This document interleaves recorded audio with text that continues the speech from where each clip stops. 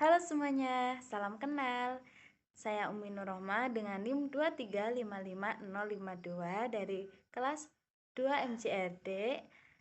Nah, hari ini saya mau buat video tentang manajemen keuangan, di mana ini merupakan tugas UAS dari matkul pengantar bisnis.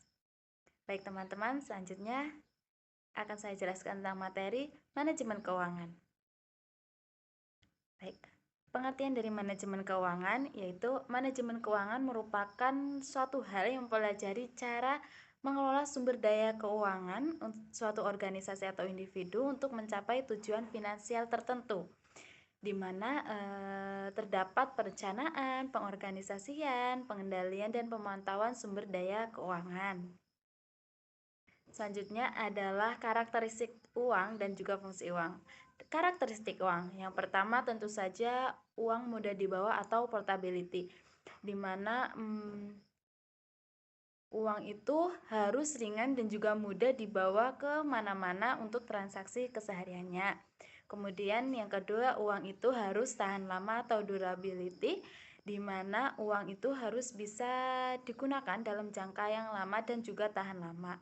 Yang ketiga adalah homogenis atau uniformity, di mana uang itu memiliki nilai yang sama. Misalnya uang 50 dengan uang 50 lainnya itu nilainya sama, seperti itu. Yang keempat adalah stabilitas nilai atau stabilitas of value, di mana uang itu nilainya harus stabil supaya berfungsi sebagai penyimpan nilai yang efektif. Selanjutnya itu adalah fungsi uang. Yang pertama tentu saja sebagai alat tukar atau medium of exchange, alat tukar yang kita gunakan untuk keseharian kita. Kemudian yang kedua ada sebagai satuan hitung atau unit of account. Uang itu menyediakan ukuran nilai standar sehingga harga barang dan jasa itu dapat dinyatakan dan juga dapat dibandingkan. Yang ketiga sebagai penyimpan nilai atau store of value, di mana uang itu dapat digunakan di masa depan nantinya tanpa kehilangan nilainya secara signifikan, asalkan tentu saja inflasi dapat terkendali, seperti itu. Selanjutnya adalah peran dari manajer keuangan. Manajer keuangan itu memainkan peran yang penting dalam mengelola keuangan perusahaan dan juga memastikan kesehatan finansial dalam jangka yang panjang. Di mana peran manajer keuangan yang pertama yaitu perencanaan keuangan. Menyusun rencana keuangan dalam jangka pendek maupun dalam jangka panjang untuk mencapai tujuan-tujuan dari perusahaan. Kemudian juga menyusun anggaran tahunan dan juga memproyeksikan pendapatan serta pengeluaran dari perusahaan. Yang kedua yaitu adanya penganggaran. Dan yang ketiga itu adanya pengelolaan kas, di mana memastikan bahwa perusahaan itu mempunyai likuiditas yang cukup untuk mempunyai kewajiban-kewajiban dari jangka pendek, dan juga mengalokasikan kas, mengelola aliran kas keluar masuknya untuk menjaga keseimbangan dari keuangan perusahaan tersebut. Yang keempat ada pengambilan keputusan investasi, menganalisis dan mengevaluasi peluang investasi yang tersedia dan juga mengalokasikan dana ke proyek atau dana ke investasi untuk keuangan perusahaan. Yang kelima ada analisis dan juga pelaporan keuangan. Kemudian yang keenam ada pengendalian keuangan. Selanjutnya adalah penggunaan dana dalam organisasi bisnis. Yang pertama ada modal kerja. Yang kedua ada investasi dalam aset tetap. Kemudian yang ketiga ada penelitian dan juga pengembangan. Biasanya seperti dana dalam organisasi digunakan untuk penelitian dan pengembangan, itu biasanya seperti kalau ingin menciptakan produk baru, menciptakan strategi-strategi pasar baru, seperti itu. Kemudian yang keempat ada pemasaran dan juga penjualan. Tentu saja dana dalam organisasi itu digunakan untuk memasarkan dan menjualkan produk atau ataupun yang dimiliki oleh organisasi tersebut. Kemudian yang kelima ada pembayaran hutang. Keenam ada investasi keuangan. Yang ketujuh ada biaya CSR atau Corporate Social Responsibility. Tentu saja biasanya terutama sebuah perusahaan yang besar itu pasti melakukan CSR terhadap lingkungannya sekitar. Baik, selanjutnya adalah pendanaan jangka pendek dan juga jangka panjang. Dalam jangka pendek biasanya itu durasinya itu kurang dari 1 tahun. Tujuannya untuk memenuhi kebutuhan kas operasional sehari-hari. Kemudian sumbernya itu dari kredit bank, kemudian kredit dagang, surat berharga, pasar uang. Selanjutnya ada jangka panjang. Kalau jangka panjang itu lebih dari 1 tahun dan tujuannya untuk investasi dan juga proyek-proyek besar. Dengan sumber pendanaannya yaitu ada saham, obligasi, leasing atau sewa guna usaha, modal ventura, retained earnings atau laba yang ditahan.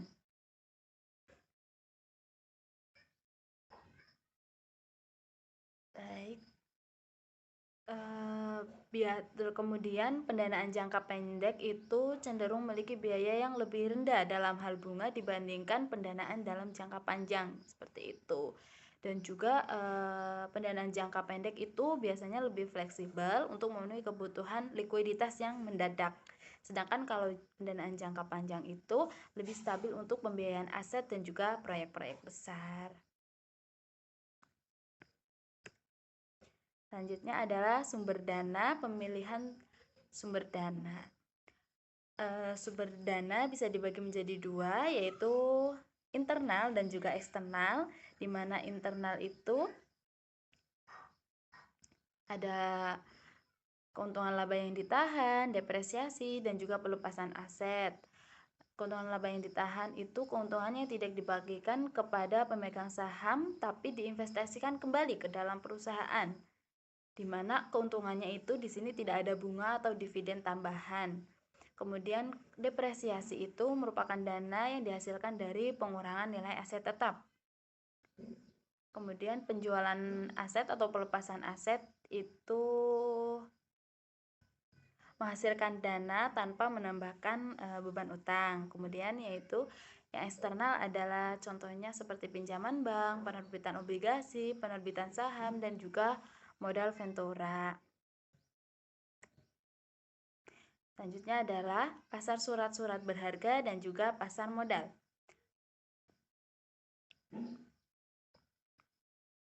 Pasar surat-surat berharga dan juga pasar modal adalah dua komponen penting dari sistem keuangan yang memungkinkan perusahaan, pemerintah, dan lembaga-lembaga lainnya mendapatkan dana dari investor. Pasar surat berharga ini dengan karakteristik biasanya melibatkan instrumen utang dalam jangka pendek atau kurang dari 1 tahun. Kemudian biasanya tuh ke pasar surat berharga itu kayak lebih aman karena risiko jangka pendek kan lebih rendah daripada jangka panjang. Kemudian biasanya instrumen yang diperdagangkan itu ada surat berharga komersial, sertifikat deposito, treasury bills, dan banker acceptance. Fungsi dari pasar surat berharga yang pertama tentu saja penyediaan likuiditas, kedua pengelolaan kas, ketiga penentuan suku bunga dalam jangka pendek. Selanjutnya itu ada pasar modal. Pasar modal ini dan karakteristik melibatkan instrumen utang dan ekuitas dalam jangka panjang yang lebih dari 1 tahun. Risiko di sini memang lebih tinggi karena investasinya dalam jangka panjang dan juga fluktuasi dari pasar. Contoh instrumen yang diperdagangkan yaitu ada saham, obligasi, kemudian ada instrumen derivatif. Fungsi pasar modal tentu saja pembiayaan dalam jangka panjang, penentuan harga, diversifikasi risiko, dan alokasi sumber dana. Selanjutnya adalah investasi dan tujuan investasi bagi perusahaan. Investasi dalam manajemen keuangan melibatkan pengalokasian dana ke aset atau sebuah proyek yang diharapkan mampu menghasilkan pendapatan atau keuntungan di masa depan. Tentu saja investasi itu merupakan bagian yang penting dari strategi keuangan perusahaan, di mana biasanya tujuan investasi itu tergantung dari tujuan perusahaan tersebut melakukan investasi. Kemudian, tapi tujuan umum dari investasi tentu saja yang pertama adanya pertumbuhan, yaitu memperluas kapasitas produksi atau perusahaan ingin memasuki pasar baru. Yang kedua, penghematan biaya atau meningkatkan efisiensi biaya, yaitu menggantikan peralatan lama dengan teknologi yang tentu saja lebih efisien secara biaya, efisien secara waktu, dan lain-lainnya. Selanjutnya yang ketiga ada diversifikasi atau mengurangi risiko dengan berinvestasi di berbagai sektor ataupun produk. Jadi tidak hanya investasi di satu sektor, tapi di berbagai sektor untuk mengamankan risiko besar. Kemudian yang keempat adalah keuntungan finansial, tentu saja untuk menghasilkan arus kas yang positif dan meningkatkan nilai dari sebuah perusahaan. Selanjutnya adalah dasar dan proses keputusan investasi. Yang pertama, identifikasi peluang investasi, yaitu mengidentifikasi yang potensial sesuai dengan tujuan strategis dari perusahaan. Ini bisa berasal dari berbagai sumber seperti analisis pasar, inovasi produk, dan juga efisiensi operasional. Yang kedua, analisis dan juga penilaian. Melakukan penilaian awal untuk menyaring peluang-peluang dari investasi, di mana fokus pada kelayakan dasar, keselarasan investasi dengan strategi bisnis, kemudian ketersediaan dari sumber dana. Selanjutnya adalah pengambilan keputusan. Biasanya di sini itu mengajukan proposal investasi kepada manajemen senior atau dewan direksi untuk persetujuan. Keputusan diambil berdasarkan analisis komprehensif dan pertimbangan strategis yang sebelumnya telah dilakukan. Tentu saja selanjutnya adalah implementasi. Di sini adalah pelaksanaan investasi sesuai rencana dari identifikasi peluang, analisis, dan penilaian, serta pengambilan keputusan yang sebelumnya telah dilakukan. Di sini biasanya itu mencakup alokasi sumber daya, pengaturan kontrak, dan juga implementasi dari proyek investasi tersebut. Selanjutnya adalah evaluasi keputusan investasi. Yang pertama, adanya analisis kerja, menilai apakah investasi yang telah dilakukan itu mencapai target keuangan seperti yang diharapkan atau tidak. Kemudian yang kedua yaitu review periodik. Di sini itu melakukan tinjauan secara berkala, memastikan bahwa investasi itu tetap berada di jalur yang disesuaikan sama perusahaan tersebut. Kemudian yang ketiga adalah pembelajaran dari hasil, di mana mengidentifikasi kesalahan atau area untuk perbaikan dalam proses pengambilan keputusan untuk investasi di masa depan.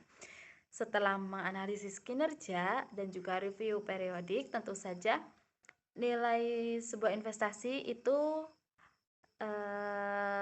telah terlihat dan saatnya untuk mengidentifikasi apakah ada kesalahan atau apakah ternyata investasi tersebut sangat berpengaruh terhadap keuangan dari perusahaan untuk keputusan yang akan diambil dalam selanjutnya. Baik. Sekian penjelasan tentang manajemen keuangan dari sebuah perusahaan. Terima kasih atas perhatiannya. Terima kasih.